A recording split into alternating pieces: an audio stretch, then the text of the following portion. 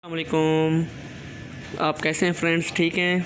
आज मैं आपको ये दिखाने जा रहा हूँ हॉस्टल लाइफ में। आप ये देखें, मेरे इर्द गिर्द तमाम हॉस्टल्स हैं।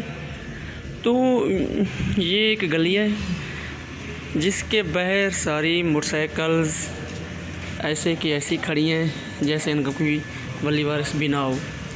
तो मैं जितना चलता जाऊँगा आपको सारी बैक सी नज़र आएंगी मोटरसाइकिल। तो ये देखिए, ये भी मोटरसाइकिल, ये भी और ये भी। इवन कि गली का इख्तिताम हो जाएगा, आपको मोटरसाइकिल खड़ी मिलेगी सड़क के ऊपर भी। ये देखिए, ये बैक और ये इसके साथ ये देखिए गली का एंड हो गया है, आखिर पे भी मोटरसाइकिल। ये देखिए इसी के साथ, और ये देखिए बैर भी। तो ये देखें, अब ये गली है सामने, ये हॉस्टल लाइफ है।